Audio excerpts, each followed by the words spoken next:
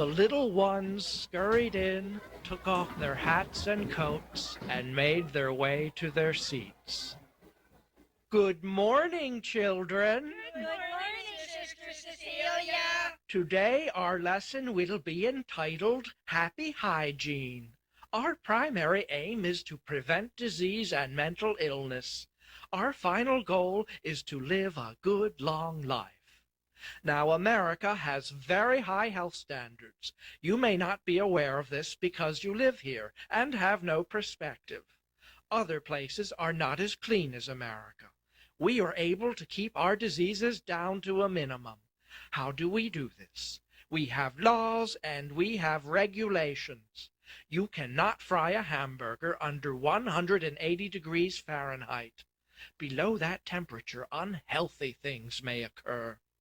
To keep our foods healthy, they are genetically altered, heat-treated, sprayed with chemicals, and bombarded with radiation. Our water is filtered, oxygenated, chlorided, and fluorided. All this and much, much more are the weapons and strategies used to beat down our enemies, the germs. These creatures, bazillions of them, have tortured us for thousands of years. They are the source of the misery and will be the cause of our demise. Little devils, every one of them. Lord have mercy. There's more germs than grains of sand on the beach. Sister Cecilia often got carried away with her lectures, but she never lost the children's attention.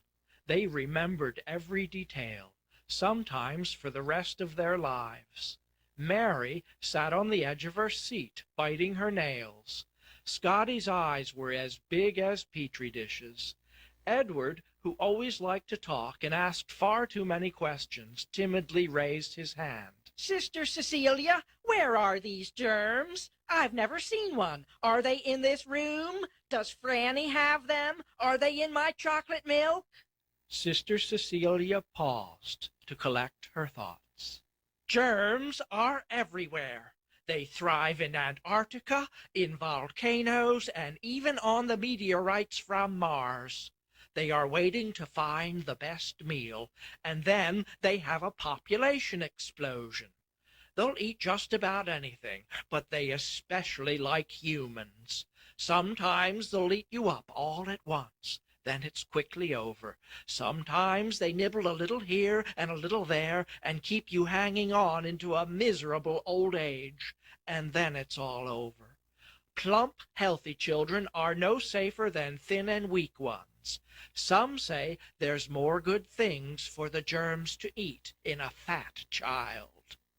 Sister Cecilia reached up and pulled down on one of the many charts and illustrations which hung from the ceiling.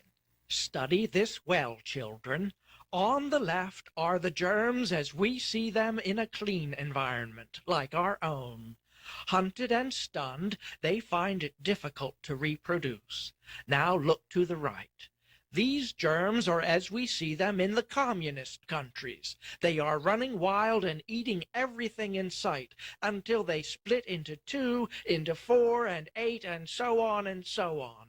This is the battle we fight every day, and as you can see, our germs are reduced to a few quivering specimens.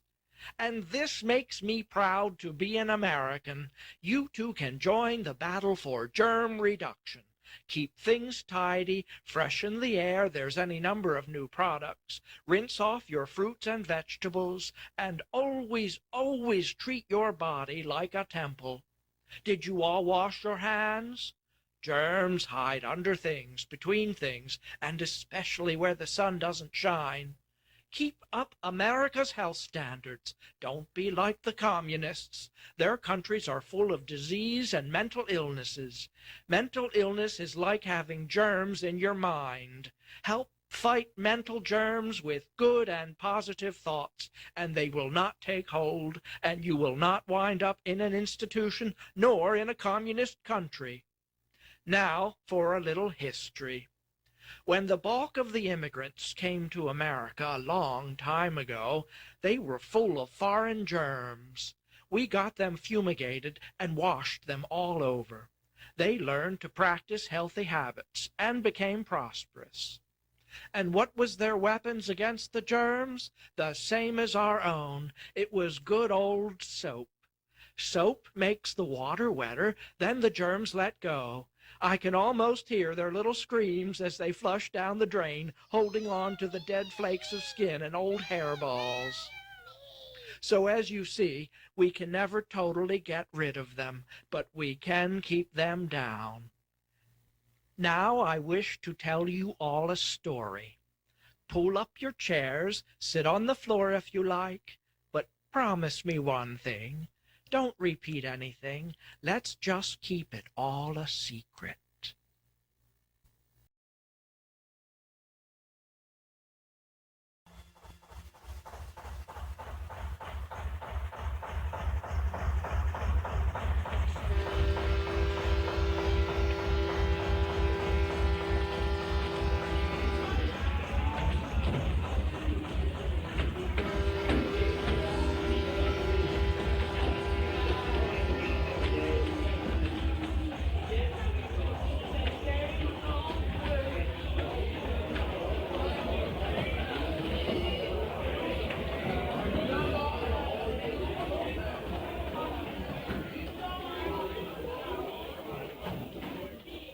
Mr. and Mrs. Blavatsky stepped off the boat into the new city and into a new life.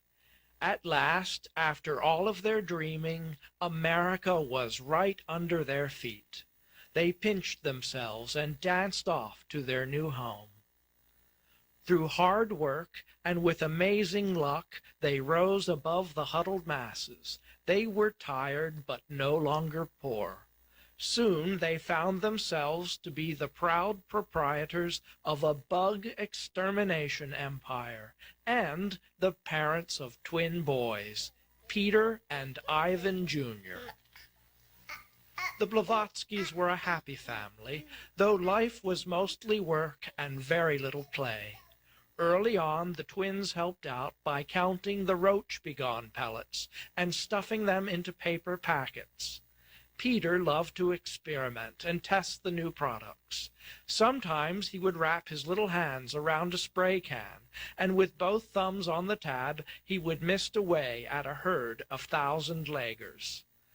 Ivan preferred to study the packages, with their images of shriveled, inverted insects and big words with warnings. At the end of a successful afternoon, both would clap excitedly as the little pests, one by one, ceased their jerky movements. "That's a good little grasshopper, Peter. That's a good little bookworm, Ivan," cooed their father affectionately. America is a wonderful place, a land of so many opportunities. And there's so much here to exterminate, remarked Mrs. Blavatsky as she washed some sticky residue off of her children's lips and hands.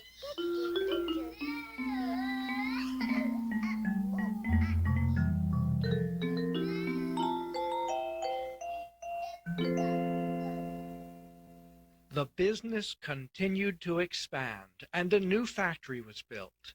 It took the shape of a triumphal arch, 10 stories high. The Blavatskys lived on the top. Their penthouse was surrounded by a formal garden full of urns and fountains. The roof supported a magnificent statue, a bronze figure of victory in a horse-drawn chariot. The wheels crunched over a mass of creepy-crawly things. This stunning arrangement could be seen for miles. On special holidays, the Blavatskys would take a rare break and picnic with the twins on this rooftop paradise. Mr. Blavatsky gazed up into the Victory's shining face, which did resemble his own, and reflected on everything that he had exterminated. The giant statue held high a can of the family's best-selling product. It sprayed continuously, and the ghostly plumes spread all about the city below. Those lucky souls who were downwind breathed in the sweet, thick air and were pleased to know that they would be rid of all rashes, itches, and bites for years to come, thanks to the generosity of these humble immigrants who had made good. The extermination products rolled out and the money rolled in. Through the center of the archway, a steady procession of trucks filled and refilled day and night, so that every house, scalp, and dog could be vermin-free. It was a sight to behold. Only in America, said the Blavatskys to themselves. With all hopes fulfilled and expectations excelled, Mr. and Mrs. Blavatsky raced through middle age and into old. Then they both developed a rare blood disease and died within 1 week of each other.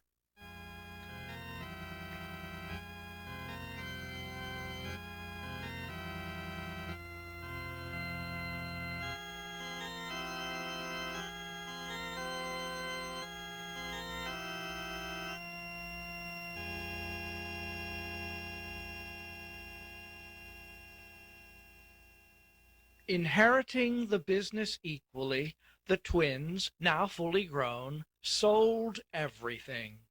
The building was emptied vat by vat and truckload by truckload. The rooftop statuary went to Christie's and sold for $500,000. Years of toil ended with a thank you to the employees and enough bug spray for a lifetime. The twins each received a big fat check.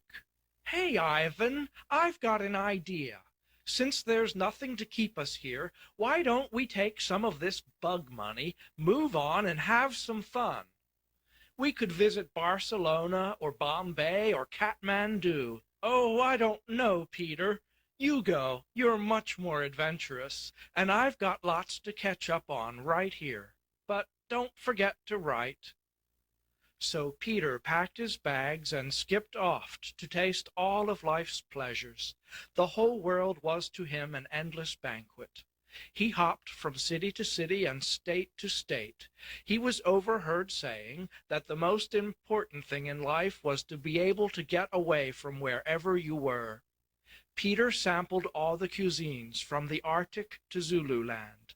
He left broken hearts in every latitude and tried everything at least once. It was an easier question to ask him what he had not done. Brother Ivan stayed at home. He moved into a small and manageable house down the street from the old bug factory. His needs were few, and he was content to sit on the porch, read, relax, and cultivate the inner life that he had never had the time for among the cans and pellets at the factory. For him, the sun rose at the corner newsstand and set in his own backyard. Until the day of February 12th, his easy life had been totally predictable. On that morning he woke up as usual, ate breakfast as usual, and as usual he took a short stroll and picked up some readables, magazines, newspapers, and such, from the corner newsstand.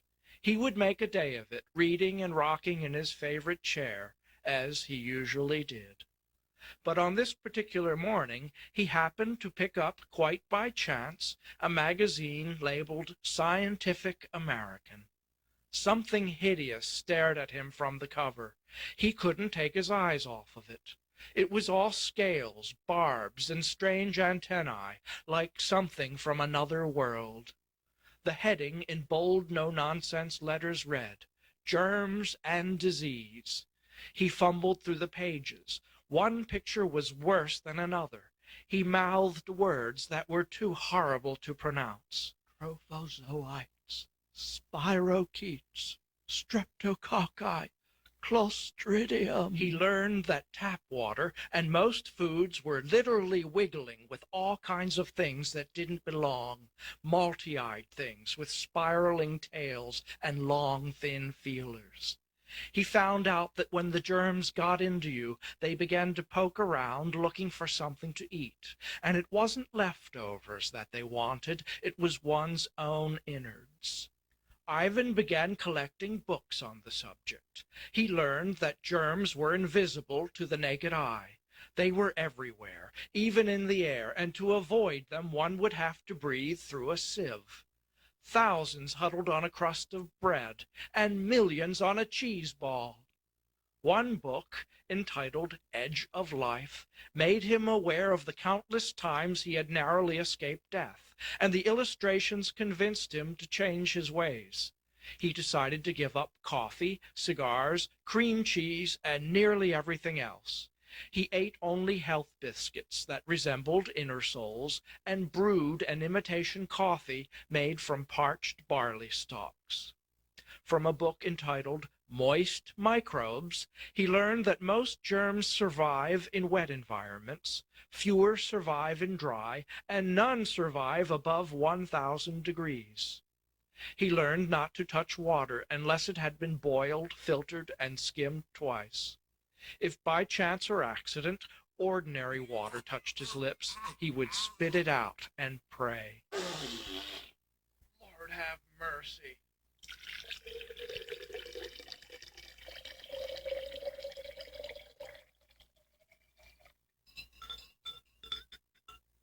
He took to bottling his own water, but how could he be sure that nothing had slipped in when he wasn't looking? These were clever creatures, after all. The water appeared to be clear, but appearances are deceiving, so he began to add a drop or two of bleach. And when that did not console him, he found some pellets left over from the bug factory, crushed them, and sprinkled them into the water. When it took on a green, cloudy cast, he could be sure that it was free of disease.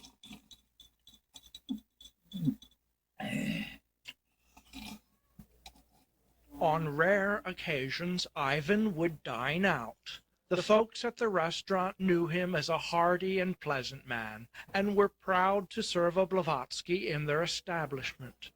But as of late he began to wear a haggard, persecuted look, and they wished that he would stay away. He fussed too much, inquiring where they had purchased the eggs and in what kind of bag the flour was stored.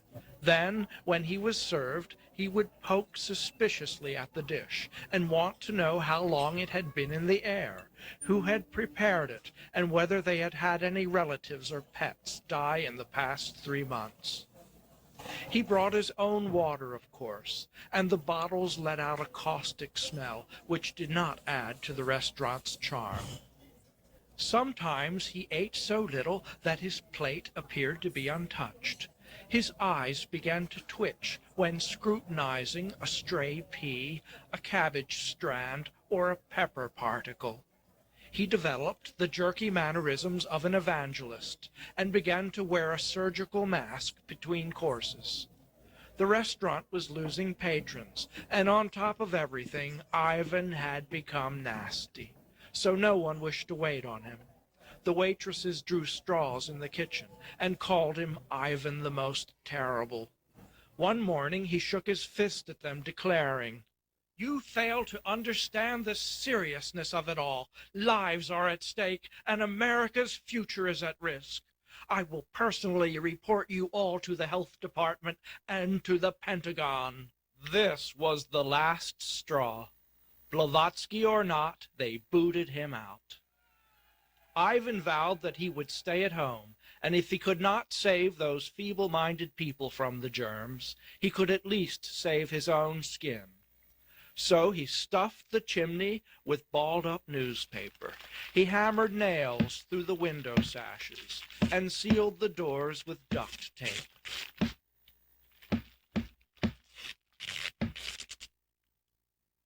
Ivan narrowed his living space down to one hermetically sealed room, the kitchen. To slow down any remaining germs, he kept the room cold by turning off light bulbs and leaving the refrigerator door open.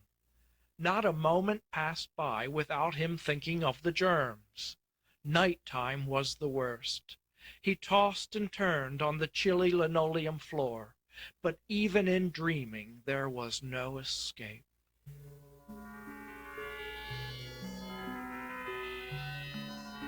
He could feel them inside. Some were the size of crabs, and they nibbled him with their claws. He could hear them, a faint whisper in the abdomen, a soft reply from the groin. They were telling one another that it was almost time. Then their claws began to click. It was almost time for the great feast to begin. Click, click, clickety-click, the feast of feasts, the Last Supper. Ivan woke up suddenly and felt a gnawing sensation in his belly. He reached out in the darkness for a sip of barley water, then crunched on a health biscuit. He could still feel the invaders exploring his innermost corridors. Only his pills and potions could keep them from taking over. Though the medicines were no cure, they did keep the germs drugged just long enough to let a little nourishment slip by for his own needs. All at once, Ivan had a great moment of inspiration. I will take all of my money and start up a new extermination factory. I will rework the old formula and develop a new strategy, one of attack. I will design a new line of purges, enemas, and sprays, more finely tuned, more accurate, and I'll spray the whole wide world if necessary. The germs had held him down far too long, and the Blavatskys were fighters. He imagined himself transformed, no longer a victim, but a crusader, a Gallens, a Paracelsus, or a modern-day Louis Pasteur.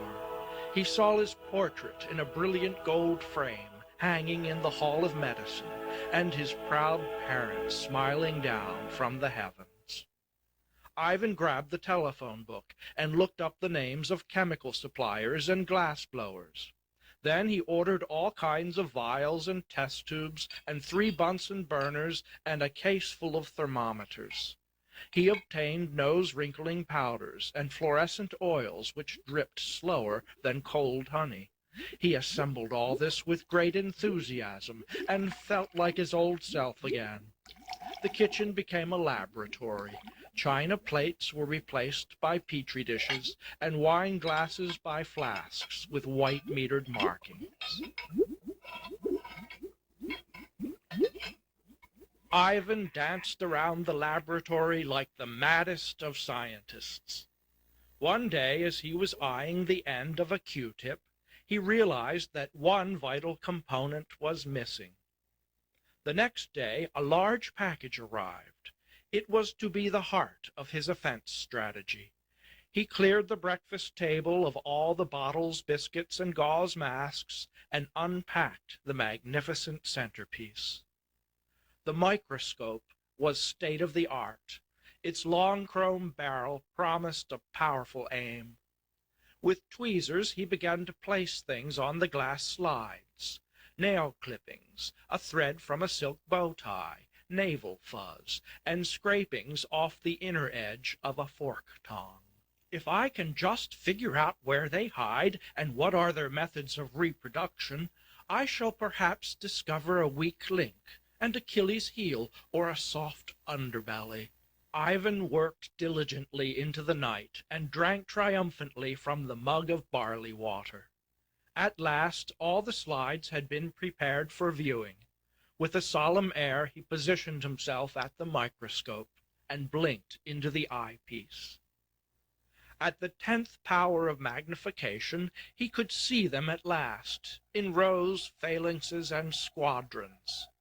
At the 100th power of magnification he could see horned appendages and scaly shields, sharp mandibles, and penetration devices.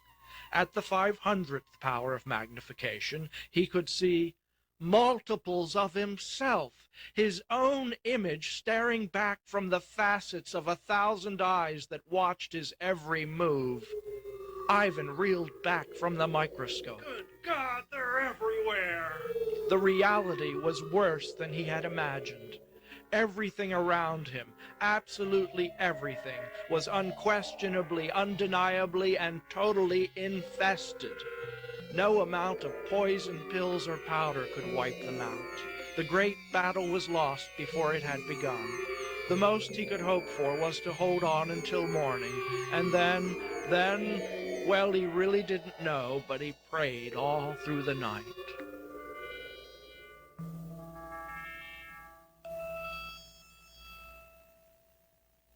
By sunrise, he had reached a turning point. He looked at the not-so-pretty picture in the mirror. The face looking back was not his own. Thin hair revealed the high dome of a bony forehead, whose temples were dark hollows. The eyes sunk into blackness, and barley-stained teeth protruded between bloodless lips. With gravity he shaved, brushed his wispy hair forward, and put on some respectable clothes. It took all his strength to pry the crossbar off the door and strip away the duct tape. Trembling, he went out into the bright light of day. He made his way down the street past the old bug factory. He did not stop at the newsstand, but marched on slowly. At last he paused and looked up to a handsome building and to a sign. The crisp gold letters read, Dr. J. Mallard Beasley, internist. He pulled the brass knob. The receptionist showed him to a row of straight-backed chairs. He greeted the other unfortunates with a pained smile. It consoled him to know that he was not completely alone, and the familiar smell of alcohol and ether soothed him.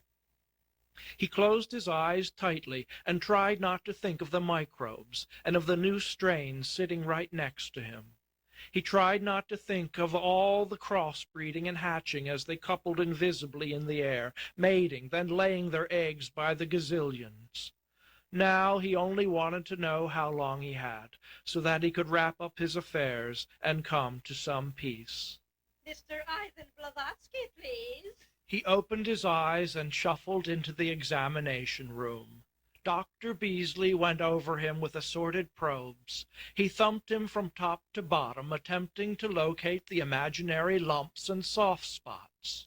Say, Ivan. Well, I don't seem to see anything that I can put my finger on. You need a good night's sleep, that's for sure. It's nothing that a bit of fresh air and a nutritious diet wouldn't cure. Eat plenty of peas and cabbage. Are you sure there's not something else that you wish to tell me? Well then, don't worry. Just go home and take it easy. Oh, fiddle-faddle. This Dr. Beasley is old-fashioned. He's not up on things. He's worse than that restaurant gang. With a heavy sigh and a slump of his shoulders, Ivan departed and dragged himself away. On his way home, he bumped into the mailman, who fished into his leather bag and presented him with a letter. It was covered with colorful foreign stamps, and it smelled like some exotic flower. Ivan got it under his arm without touching it. It was from Brother Peter. He held it with his handkerchief and opened it with a penknife. Dear Ivan, I hope all is well. I'll be coming into town on Friday. I'd like to stay a while, get some R&R, and catch up on things. Miss you terribly. See you soon. Your little grasshopper, Brother Peter. Now, Peter had left Lizzie, or was it Dolly, at the docks in Hong Kong. He went on to Bermuda, blew a few goodbye kisses there, landed in Miami, and continued up the Atlantic coast. His fortune had transformed from a torrent into a trickle, and he hoped to hit on Ivan for a loan. It had been almost a year since he'd seen Ivan and his old home. He knew that Ivan was living a simple life and could probably spare some change. Maybe I'll stay for a spell, perhaps even get a job. It would be a real come-down, and I'll have to tone down a bit. When the money runs out, so do the options. I do miss Ivan, though, and spending some time together will be a real treat. It was dark when Peter left the train station. The city looked just the same as he had remembered it. He tapped on the window of the restaurant. He waved to Kitty and Carol and gave a naughty wink to Lola. He paused at the gates of the cemetery and thought of his mother and father. He passed the bright window of Dr. Beasley's office and saw not him but his shadow thumping away on some unfortunate soul. Everything looked the same, except the old bug factory. No one seemed to want it any more. There were no lights around the gaping hole of the archway. Pigeons flew in and out of broken windows, and the building had been decapitated of its statuary. Peter felt a pang of regret.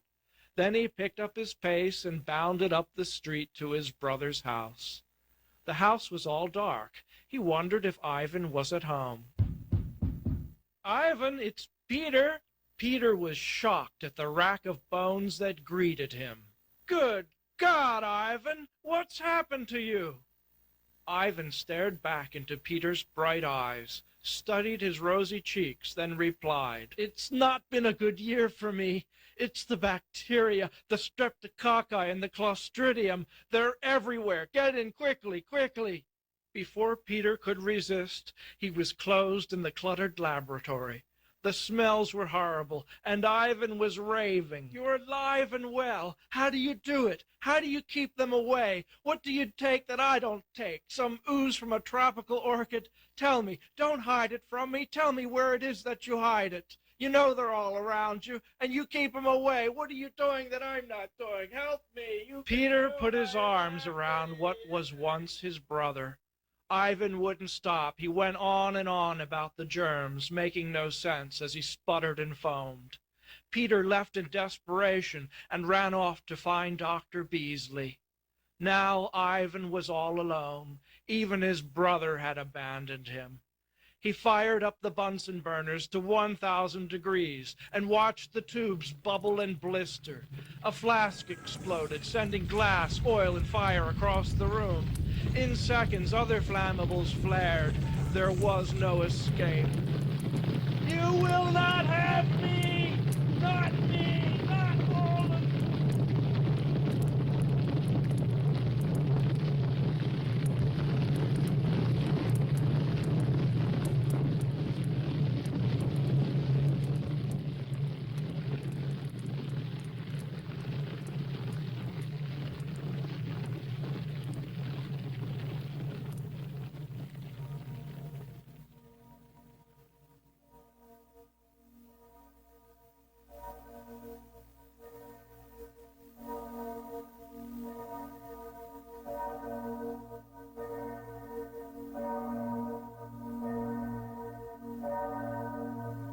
The funeral took place on a dreary Monday morning.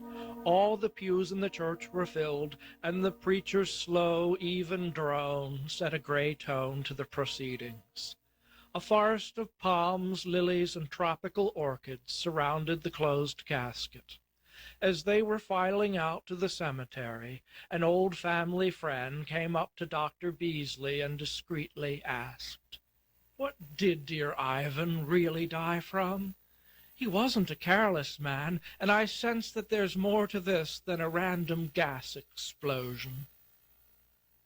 Dr. Beasley shielded his mouth and whispered, "Oh, it was no accident. I should have known when he came in for the checkup. After the fire, when we finally found him, or what was left of him, he was clutching the charred remains of a Scientific American, the magazine, you know. Then I was positive. I've heard of other cases since that issue came out, you see. Poor chap. I couldn't have helped him anyway. There is no cure. No, it was no accident, no gas explosion. It was another case of the delusions of infestation."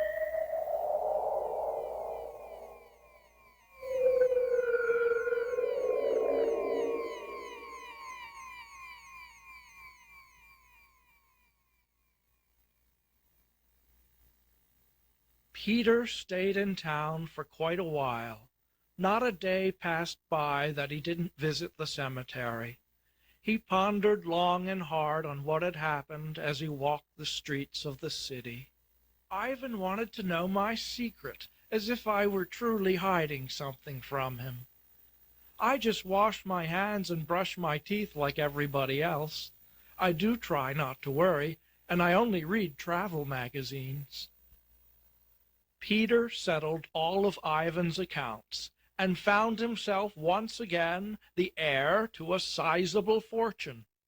He was last seen boarding a fast train to Atlantic City with a pretty lady named Emily.